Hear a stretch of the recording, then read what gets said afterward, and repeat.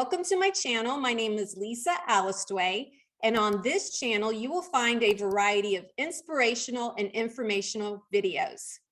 Today, my guest is Tracey Hulick, who is the founder of Kidney Donor Athletes.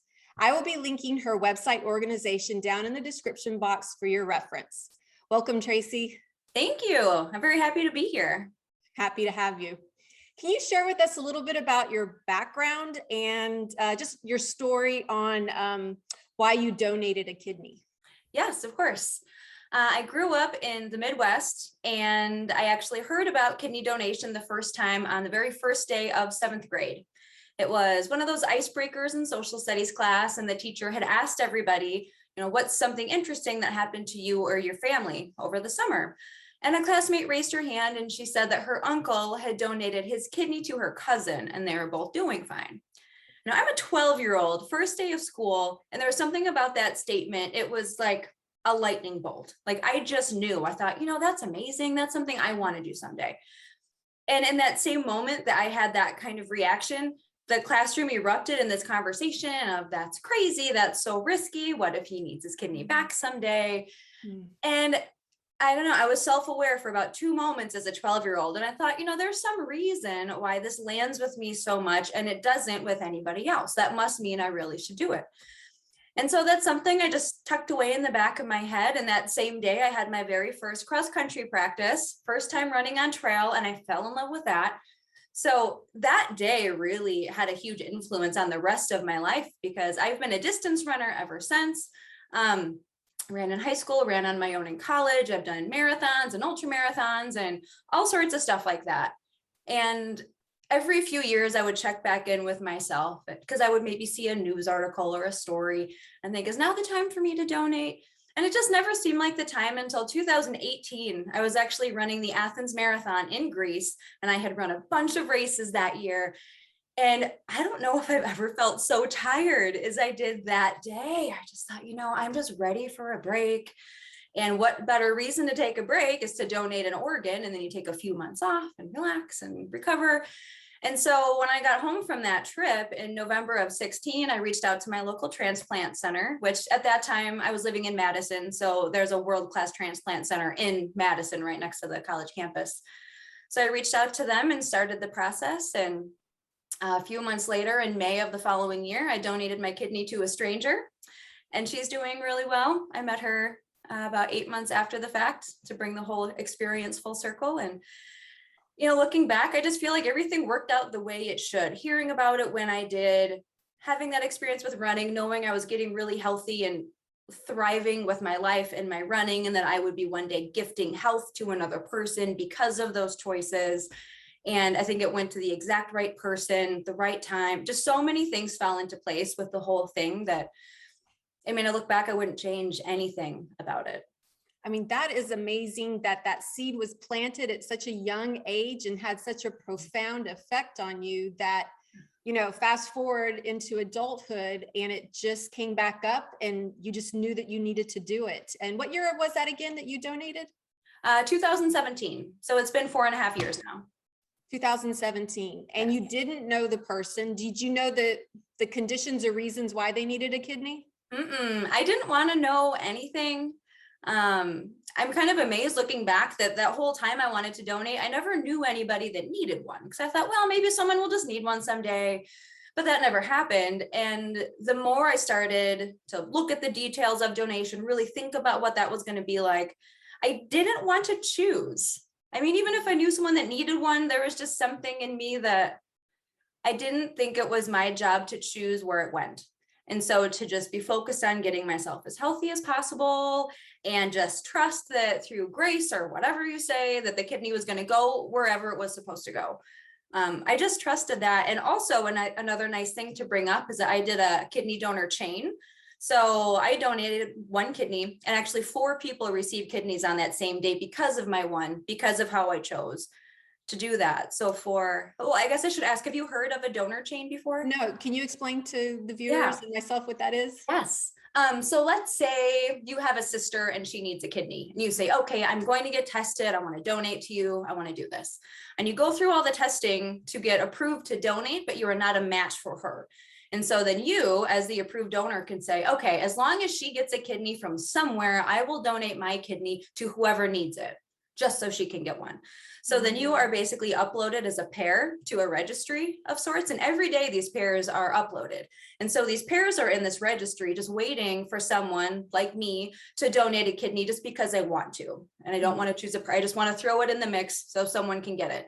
So my kidney was then put in this registry. It was matched with a woman who lived in Colorado.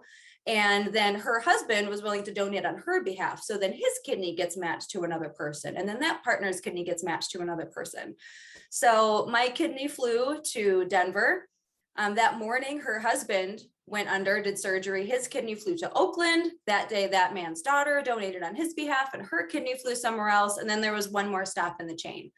Oh my gosh. It's like a fire you lit and it just kept, burning in the most positive way. You've given me chills just listening to that story. I know. I keep getting goosebumps just retelling the story, because thinking about the magnitude of that and all those lives changed in one day, and not just the recipients and not just the donors, but their friends and their family and their mailman who knows the story and has seen the person be sick and now they're better, and just all these different ripples that happen from these kinds of things. And I love that I don't know all the details of everything of that day, because I don't need to, but just knowing that it happened and that there's 4 people out there walking around whose lives are saved and improved is, and I'm not even a doctor, I'm not even interested in medicine, but to be able to save lives like that is pretty incredible. It is incredible. And, being a living donor, you can actually see, who benefits, if you pass away before and your organs are harvested, you don't know the impact, but I mean, you have tangible impact of the lives that have all been touched by this in a very positive outcome.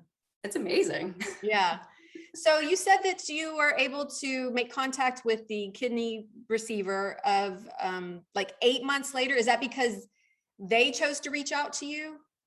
Well, actually, she had written a letter to me, a handwritten with a pencil on legal paper, like the 3-hole punch. It was so cute. She had sent that to my transplant center before the surgery even happened, because she was just so excited. She actually found out that she was going to get my kidney the night before her birthday. I think it was the night before her 54th birthday. So she was just thrilled. So she sent a letter in advance of the donation even happening. So I received that letter on my 3-week check-in appointment when I went back. And so it was surreal to get her letter. She put her email address in there, which technically you're not supposed to do. There's a lot of restrictions on how to correspond between the donor and the recipient when you don't know each other, but they let her keep that in there.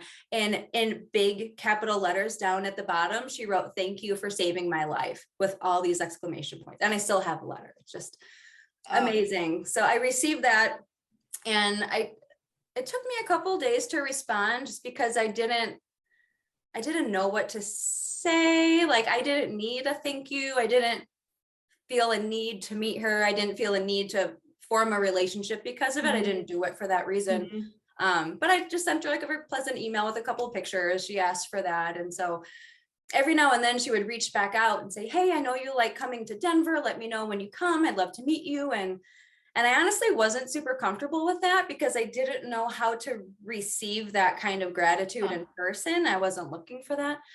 But she asked enough times, and I had a trip planned to go to Denver to visit a friend. And I thought, well, let's just do it. I mean, it'll be fun. I'll get to, meet her and see where my kidney's now living, and it's now hers. So we actually planned a kidney reunion at the hospital that my kidney flew to, that got transplanted into her. And so that was January of 18, and it was so surreal. So she was there with her husband, and then I think 5 other friends and family members, and they kept her separate in a separate conference room. And I was kept in this separate room over here. And then there was a larger conference room that we were all going to be in. Plus there were about 25 people from the hospital that just wanted to see it. I guess maybe this doesn't happen very often. So all these hospital staff were in there, and a bunch of food was catered in, and there was a TV station there and a newspaper there, and the hospital media person was there with their camera. And so then everybody was in the room, and I go in and it's just me. I didn't even bring any friends or anything. I was just, gonna like stop and meet everyone. But it was I can't even come up with a word, but just to see her and the emotion on her face and the emotion on her husband's face.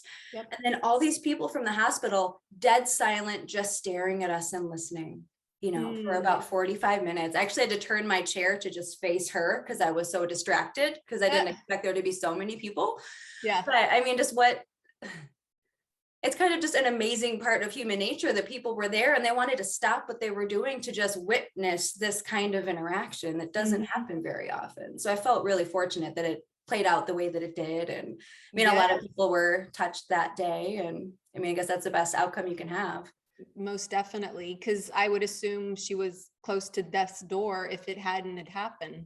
Yeah, she wasn't on dialysis yet, but she had just been told that she needed to plan to go on dialysis soon. So she probably would have gone on dialysis within about 2 weeks of finding out that she was getting my kidney. Yeah. I mean, thank God for dialysis. At least it's still, a treatment option for a lot of people that are, on that kidney failure. Yes. And, people can be on that for many, many years. And so waiting for a kidney, but, there is that option in the meantime. So can you tell us a little bit, if you don't mind, like, how are you feeling post, living with one kidney and post donation? Yeah, I feel great. I feel better than I did before.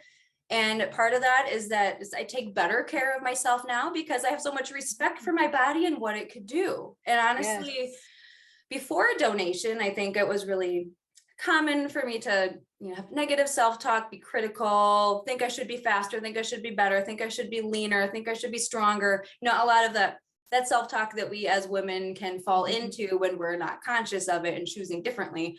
And I'm not perfect at that yet, nor do I strive to be, but just my relationship with my body's better. I respect it so much more for what it can do and what it did. So I hydrate better. I eat better than I did. I'm a more well-rounded athlete than I ever used to be. So that is fantastic. And feeling better just for the psychological benefit of knowing what I did.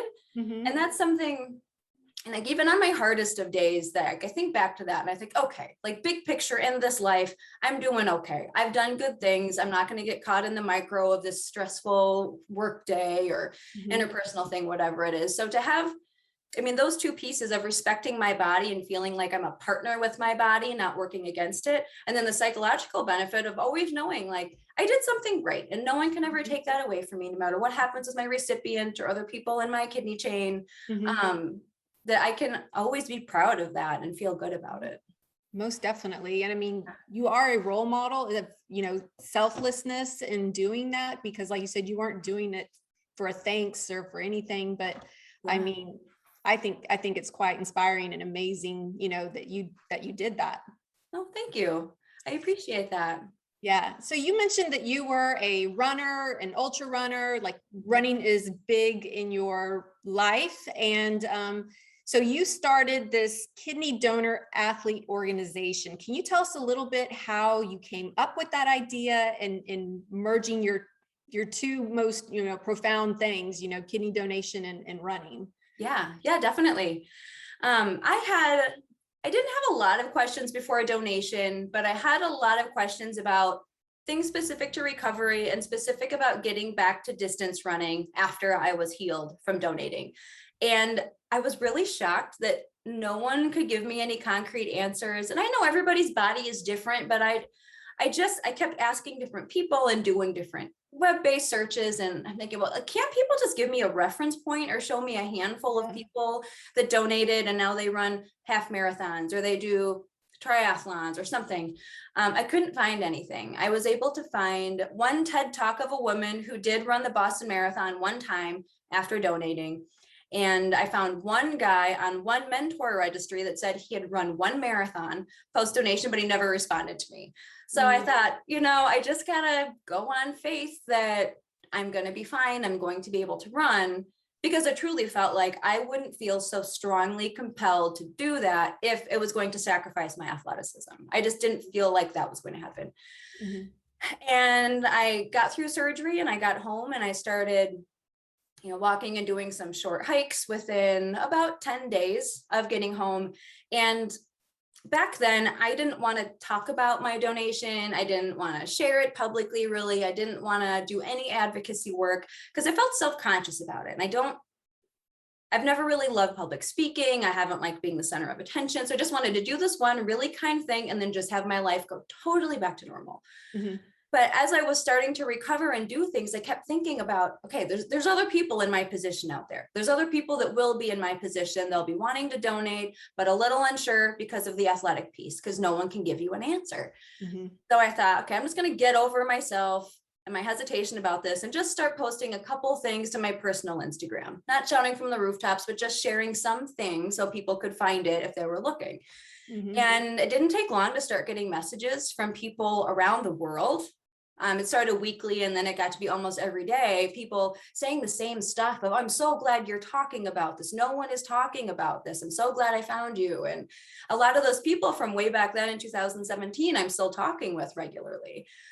And so after a few months of that, and I was then training for a half marathon, my comeback race, I got to thinking like, well, maybe there's something bigger here. Maybe the reason people aren't saying out loud and sharing all these details about what they did is because it feels a little weird. It can, we don't want it to be perceived as self-aggrandizing or look at me, because it's not that. So I thought, well, what if I create a platform and then people can share their stories on this platform, and then it's not really about them, it's about the platform, what it stands for. And I had been using the hashtag kidney donor athlete since about, 2 weeks after my donation. And that just stuck with me. I thought, well, it's not catchy, but it says what it is. And I wanted people to be able to find it.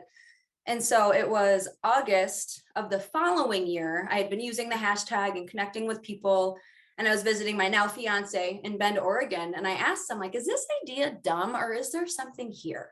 And he goes, you just got to go with it. It's like, who cares? Like, don't focus on the outcome, just start it and see who finds it and see what happens. So that day, right there at that coffee shop here in Bend, Oregon, I logged into the state of Colorado. I filed my articles. So I became a real nonprofit, registered that day. And I thought about my goals for it on the way home that day on the plane. I thought, okay, if I can find 50 other people that can benefit from this information or share their stories as an athlete profile for others to see, that would be a dream come true. And so that was just over 3 years ago. And now we have featured more than 100 athletes from around the world. We have, thousands of people, like website traffic every single month to the actual website. I know a lot of people talk about the Facebook group, and I think that it's just a Facebook group, that it's not something bigger, but that's where a lot of our community activity is. And we have more than 600 people in there. All donors are people in the process of donating, and it's a really engaging community. It's amazing how much it's grown, and like the merchandise is another piece. Like I never thought I'd be like a t-shirt vendor or anything, but people love being a part of this so much that they wear the shirts, they do this, they sing it from the rooftops. Like your interview the other day, and she had the shirt on. And I don't even that's how I found you. It's amazing. So I have a question, like you mentioned that there was such a gap out there in trying to find a resource like this. Like, where are the athletes with one kidney? Like the medical establishment couldn't even like come up with an answer, which showed you there was like, hey, this is something, there is a need here. And in 2021, nobody's filled this gap. It's quite amazing. Or just thought to put these things together, because when we look at our healthcare system, it's more disease care than it is healthcare. So they're not really thinking on that other side as much as we all would like to think. Yes. But I think that's amazing that you recognize the need, and that there's all these people out there that have just one kidney and are doing all these athletic events. And it's not just running, you highlight other athletes on there, but I think that's really awesome. Yeah, it was incredible to me that no one had thought to put that group together. Yeah. Partly for the medical piece, because you think they'd want to do some testing on us one kidney athletes to show medically how is it different with endurance and electrolytes and potassium and whatever. But then also for the fact that we're the healthiest, athletes in general, I think are probably the healthiest people in the world. So if there's anyone to target, for lack of a better word, about donation and saying, hey, you can do this, you can still go back to doing what you're doing, it's athletes. Like if that was done in a really fantastic way, we probably wouldn't have a waiting list of 110,000 people just in our country waiting for a kidney. Because really, there's a kidney surplus because almost everybody has two. Yes. And it's unnecessary. And you're showing other individuals who have one kidney, they can still do these types of moderate to vigorous activities, which is quite amazing, you know. And it's not just kidney donors. There's people that will go throughout their life that don't realize that one of their kidneys has shut down, and they're still doing it. They're participating, they're active and doing vigorous activities. It's quite amazing and remarkable what the body can do and recover from and you know, be successful at. Yeah, very true. And there are some people that are actually born with just one, and they don't find out until way later in life when they're doing, you know, a CT scan or whatever it is. And the doctor says, oh, did you know you only had one? I mean, I know 3 different people that's happened to. So that happens too. Yep. Or you can have a birth defect that gets worse over time that creates a blockage in that kidney. I know that somebody who's had that happen to them, and so they're just living with one. So yeah, there's lots of issues around kidneys, and I'm glad we're discussing and bringing more awareness around kidney health and kidney issues. And your organization is an awesome platform. So I was looking, can you tell us a little bit about the mission and values of kidney donor athletes? Yes. One of our biggest missions is the education piece of this. We want the general population to know what it really means to be a living donor, and that you can be a healthy, thriving person and an athlete with one kidney. So education is a huge piece of what we're focused on.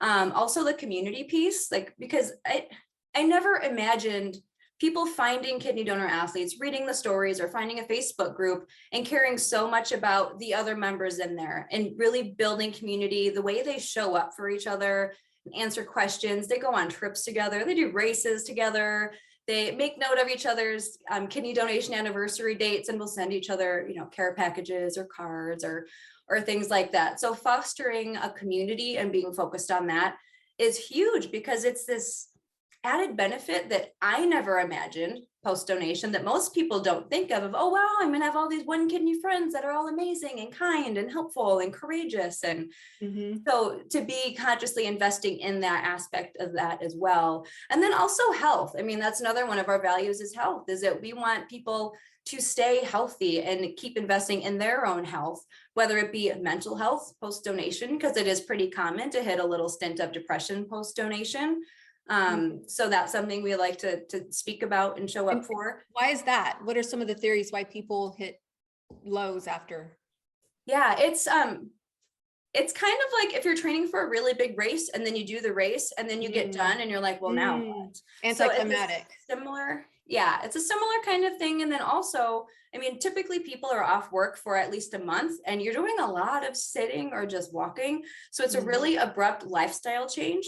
So especially this athlete community, if you're going out and you're used to running 20 milers on Saturdays with your friends, and now you're walking a mile or two, you know, there's something with that chemistry of the brain, if you're not getting that natural outlet.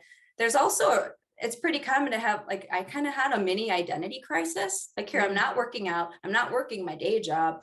How am I adding that? Like, that's how I identified myself back then, was with those two things really strongly. And I just felt kind of lost for a little while. Like, who am I without these things that I do? Yeah. So it's like a serotonin drop, because you lose the runner's high that you were experiencing.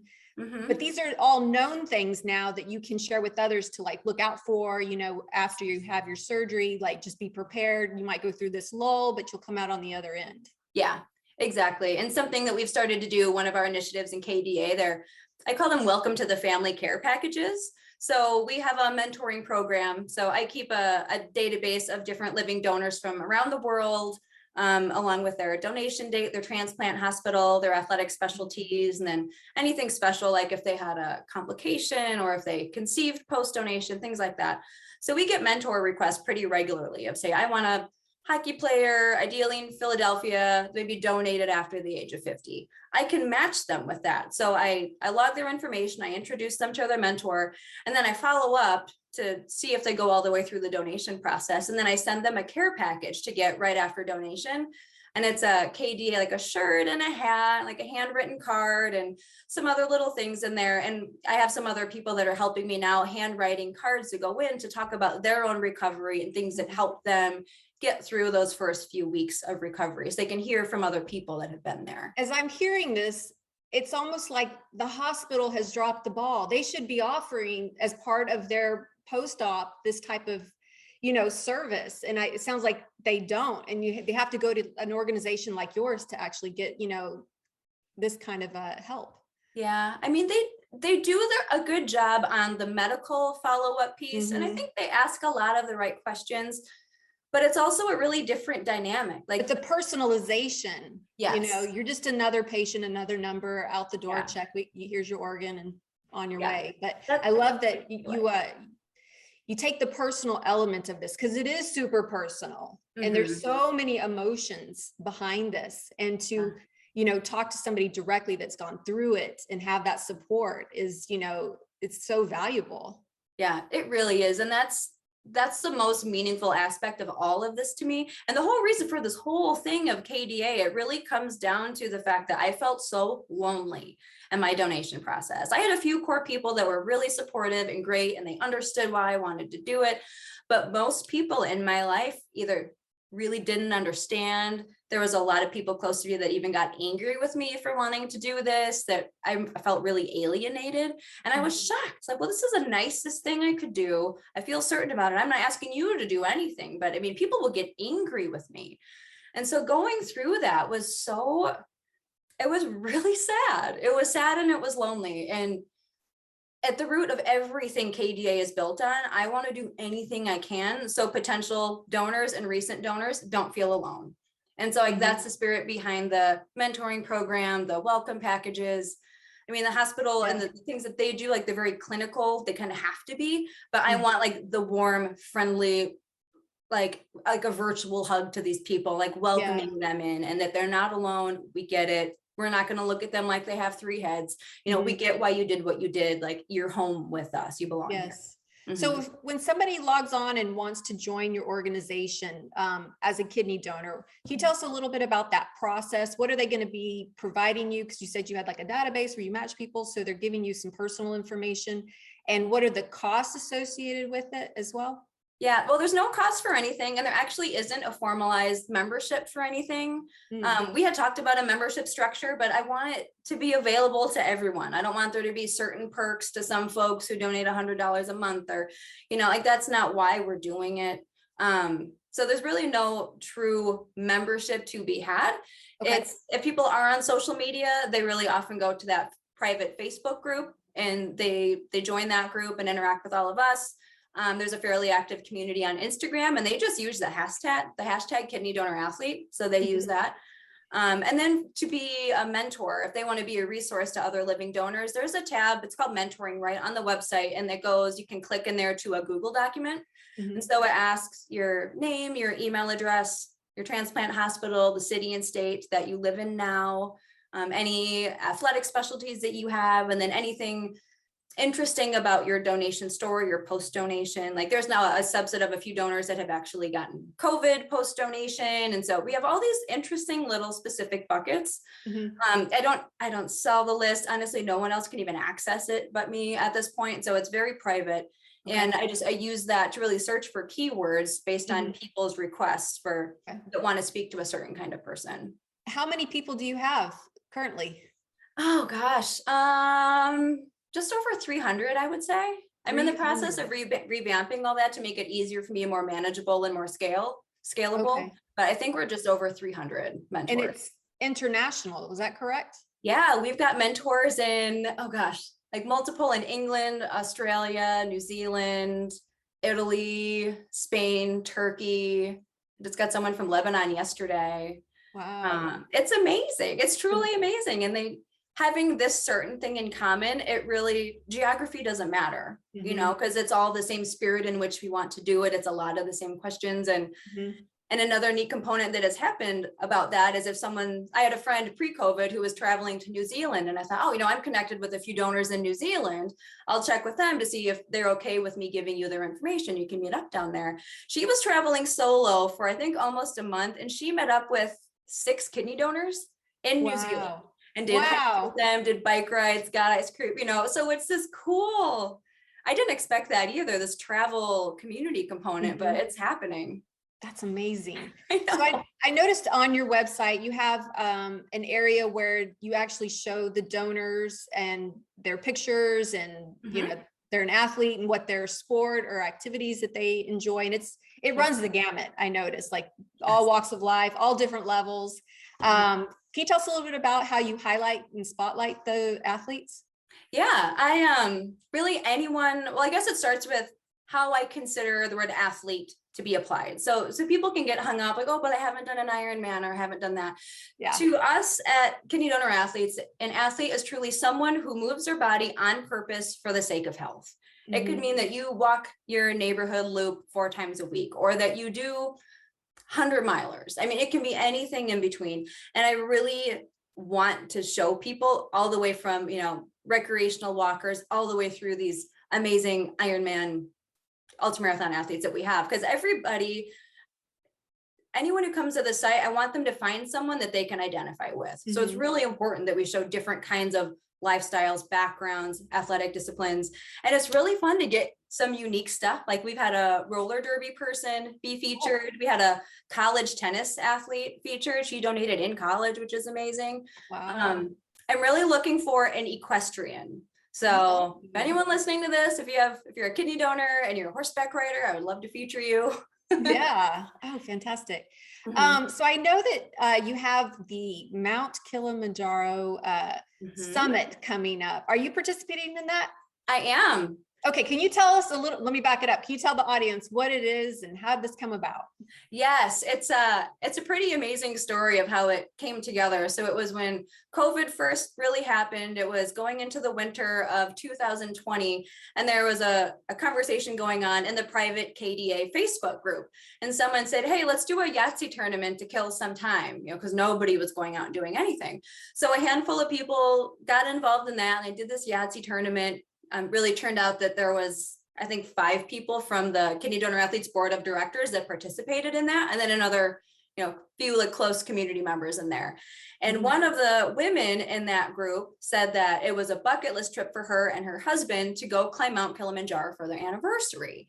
And then the group got talking, oh, that'd be amazing. Oh, we could have it be a kidney donor thing too, and we could have it be this advocacy trip too. And through that, they worked out the details themselves and then came to me as the then president of KDA, saying that they wanted to do that, have proceeds benefit kidney donor athletes and fundraise for it, get a ton of exposure for advocacy. So fast forward to now, we took applications, a ton of people applied. So there's 24 of us flying to Africa. We'll start our climb on March 4th, I believe, of 2022, when we're summiting on World Kidney Day. So on March 10th, and I don't think there's ever been an advocacy effort like this done ever, so it's 24 people, 21 of us, I believe, are kidney donors. And so to go there and climb up the tallest freestanding mountain in the world in an effort to use our own bodies to show what's possible as a living donor. I mean, I can't think of anything cooler. I can't believe it's happening. We have the best group of people going. There's some really amazing opportunities that are coming up that I can't say yet. I wish I could, but some really amazing exposure that it sounds like is going to happen from it. It's a dream. I can't believe it's happening. So this summit's the first time. It may not be the only time. It sounds like you might, if it all goes well, maybe it can be an annual thing. Well, we're talking about every other year having a kidney donor athlete expedition. And so different places around the world. There's lots of mountains. Yeah. Yeah. See, I've always wanted to go to Patagonia. So I personally planted that seed a while ago. So we will probably do Patagonia 2024. Okay. And hopefully open it up to even bigger groups. Like 24, we're keeping it relatively small in terms of how many people applied, just to figure out how to do this, how to organize these people, how to structure the fundraising, kind of working all the kinks out with this group. So then it's a lot easier planning going forward. Okay, very cool. So you don't take any membership fees or anything like that. I do know you have like a donation tab on your website, and they support things like the mentorship program that you were mentioning earlier. If someone donates to your organization, where else does that money go? Well, we're putting together a scholarship fund that I'm really excited about. So that will be for recent donors for their first milestone event back with one kidney. And so we're working on that scholarship program, all the details right now. So that's really exciting. So we would get applications for those as a group, decide who we would then grant the scholarship to, and then send them awesome KDA gear, potentially do some coverage of them going and doing this race. We would fly them there, pay their race registration. do a whole real feature on these athletes, which is incredible. There's a lot of other programs we're working on rolling out that are still in the detail phase, but the mentor program, there's a lot to go with that, to formalize it, to standardize it, to make sure legally we're covered for everything while still keeping that, like, the warm interactions that we have. I don't want to make it like a clinical hospital, because that's not what we're trying to do. So things like that. And just our general infrastructure too, just, we just added another 2 seats to the board. So getting the right tools in place for fundraising, for year-end letters, things like that. We're also going to be doing more with our YouTube channel. So that takes some money to get up and running, but I'm excited about that. I started this one on $0. Oh my gosh, that's so amazing. Just like you started this organization. I mean, you're living proof here that, if somebody has an idea or they're passionate about something, and they see the gap in the society, you can just start, it's just making the decision to start. It may not be perfect, it may not be right, but just make that decision to do it. Yeah, that's so true. And I think back I can remember the exact conversation that was had with a friend of mine in Denver, where she started an organization called Rock One Kidney. She's fantastic. Her name is Jen Reeder. I love her. She was talking about Rock One Kidney, and these ideas about kidney donor athletes have been floating around in my head, but I didn't really know what to do with it yet. And she said, oh, well, you can just start a nonprofit. It's like, what? You can just start one of those? She goes, yeah, just Google it, look at my website, see what I did. And so that night I went and I started Googling, and I thought, this isn't rocket science. Other people do this. I can get it as far as I can, and then pick and choose people to be a part of the board with me that have the knowledge that I don't have. And so I never aspired to start a nonprofit. I never aspired to be a president of an organization like that. None of that, but it's so empowering. And to be able to share this too with other people listening and watching this, is just figure out what the next step is. Ask the right questions. It doesn't have to be this big, beautiful, perfect thing. I mean, it grows over time if you keep working on it. Yes. I never would have guessed it would get to this point. And you mentioned that you had a board of directors, and shout out to Bobby. Thank you for connecting us. Can you tell us a little bit about your board of directors and their background, and maybe give a shout out to them and all their support?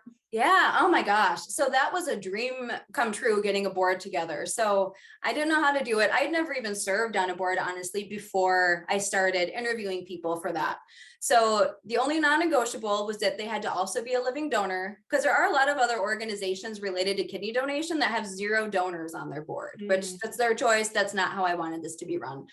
And so I knew I wanted someone with really strong financial background to be able to help us with those kinds of things and compliance related things with finance. So Steve Wilson, he's a donor from, February 2020, he donated to a stranger.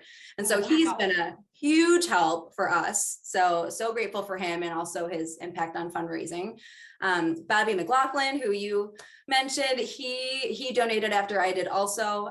Actually, myself and Jen Reeder, who I mentioned, and some other kidney donor friends, we called him the night before his donation because we'd been interacting with him, and he's the president, the current president. So he's the president now for me, which is wonderful.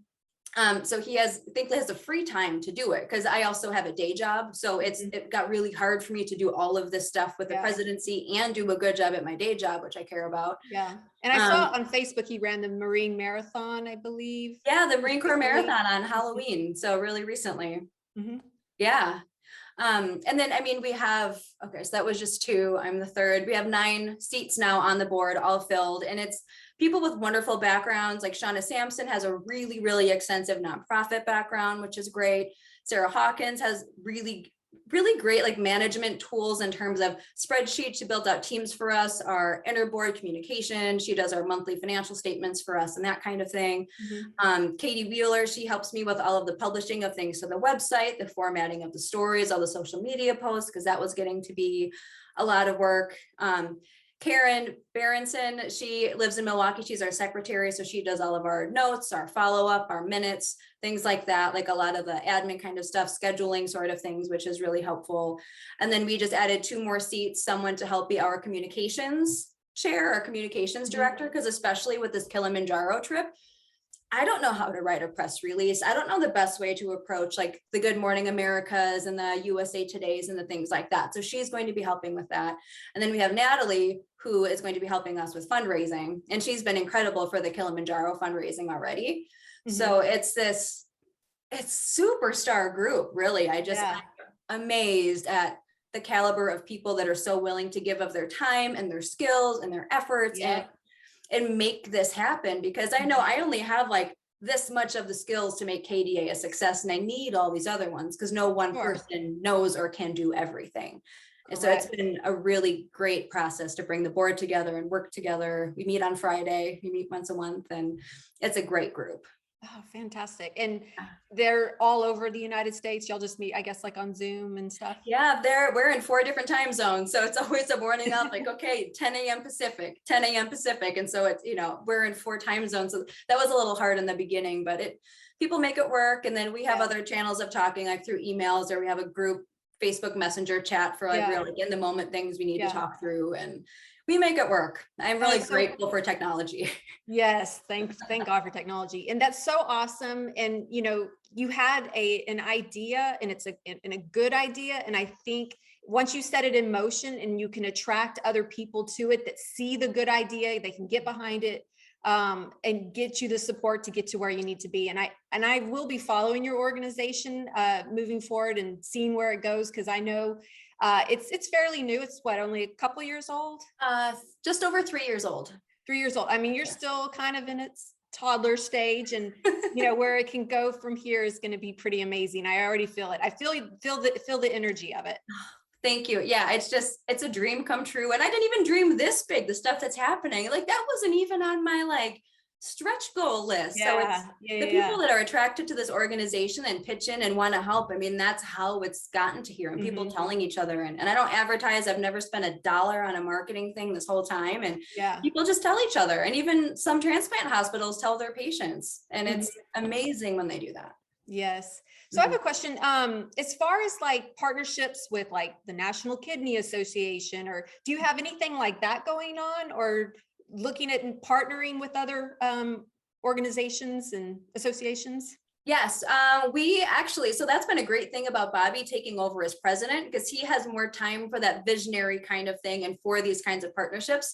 So he's got a huge one in the works that I think within the next couple of weeks, we can probably make public, but it's with one of the largest kidney donation advocacy organizations in the country. And I'm just floored. They love what we're doing. They want to help. They've donated to our Kilimanjaro fundraising, and we're going to have some really awesome partnered athletic events. So they're going to really help with a lot of the infrastructure of that and the funding behind that. And we get to really dream up these awesome ideas, get our community involved. So that's a huge one.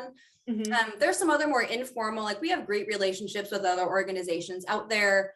Like the National Kidney Donation Organization, they just changed their name. That's someone I'm a member on their calls every month, and a few other kidney donor athlete people are also involved in that organization.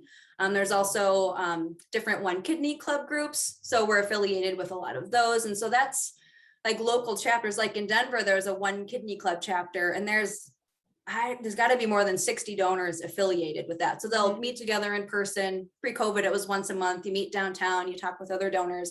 So that's another organization that is now across the United States and in some other countries as well. So we have good relationships with, really all of the other kidney advocacy related organizations, but nothing is formalized yet, but one will be soon, which is great. Okay. Because yours is such a niche with athletes. That is at the forefront, whether you weren't an athlete, but now you're an athlete. This is such a niche that I think can go with lots of different organizations, not just kidney affiliated organizations. You could also partner with health organizations, and maybe some of those that are on the fitness or exercise side. Yeah, we have actually, now that you mentioned that, I was just thinking kidney related organizations, but Orange Mud, they are a hydration pack company, and and different merchandise and things like that for athletes. I've been an ambassador for them since before my donation. And so they actually host our merchandise website. They've designed a bunch of stuff for us. So they do all the hosting of that, the payment processing of that, the shipping of that. And they're fantastically supportive of what we're doing. And then Tailwind Nutrition, they're actually a nutrition company. It's the powder you put in water. And that's the only stuff I've used for probably the last, 7 years, maybe, for my distance running. And so they'll give us some discount codes sometimes. They actually sent me a bunch of free product to use in training for Kilimanjaro and some extra merchandise to use, because they believe in what we're doing so much that, we have a more informal partnership, but it's a really solid, long-standing partnership. So I anticipate seeing more things like that, whether it's, athletic organizations or, like you said, like different health organizations. I think there's going to be a lot of opportunity there. Yes, got to get the word out about your organization. I know. Have more kidney donors in this world. So we're kind of getting to the end here. Do you have anything else pertinent to the topic of your organization, or maybe somebody that's thinking about kidney donation that you might want to share? Gosh, we're just a really warm, inviting family. So if you're someone who's curious about it or nervous about it, go to the website. There's a contact me piece on there. There's a mentoring tab on there. If you're not even sure, but you just want to talk with the living donor, send a request through there. I check those every single day. If you're on Facebook, go find our private group, which is called Kidney Donor Athletes Private Facebook Group, and ask to join that. Just say that you're interested in donation and have questions about that. It's the kindest, friendliest group of people. And honestly, through everything that has transpired the last few years, I've been so grateful for these people because they're open, they're non-judgmental, they want to help, they want to answer your questions. Even if you're I don't even know what the most specific athletic discipline would be, like jujitsu, I don't even know what, but like we'll have someone for you to talk to. It's a really broad range of people. So like you're never alone. There's always someone who can talk with you about what you're asking, no matter how specific your question is. So just ask, you never put us out. Everybody wants to help. Fantastic. I wish you, many blessings and good luck with your organization. And it really, hearing about your organization helps me restore faith in humanity. There's a lot of bad stuff out there. And so when I hear people like with your story and doing these types of things that are making a difference, that are truly saving lives, like I said, it just, I feel better about society and humanity in general. So thank you for all that you're doing. I appreciate. Thank you. It definitely feels like the most meaningful work I could ever even consider doing. It's wonderful. Most definitely. Thank you, Tracey. Thank you, Lisa. Yes. If you guys like this video, please give it a thumbs up and don't forget to share and subscribe and hit the bell to be alerted to when the next video drops. Thanks for watching.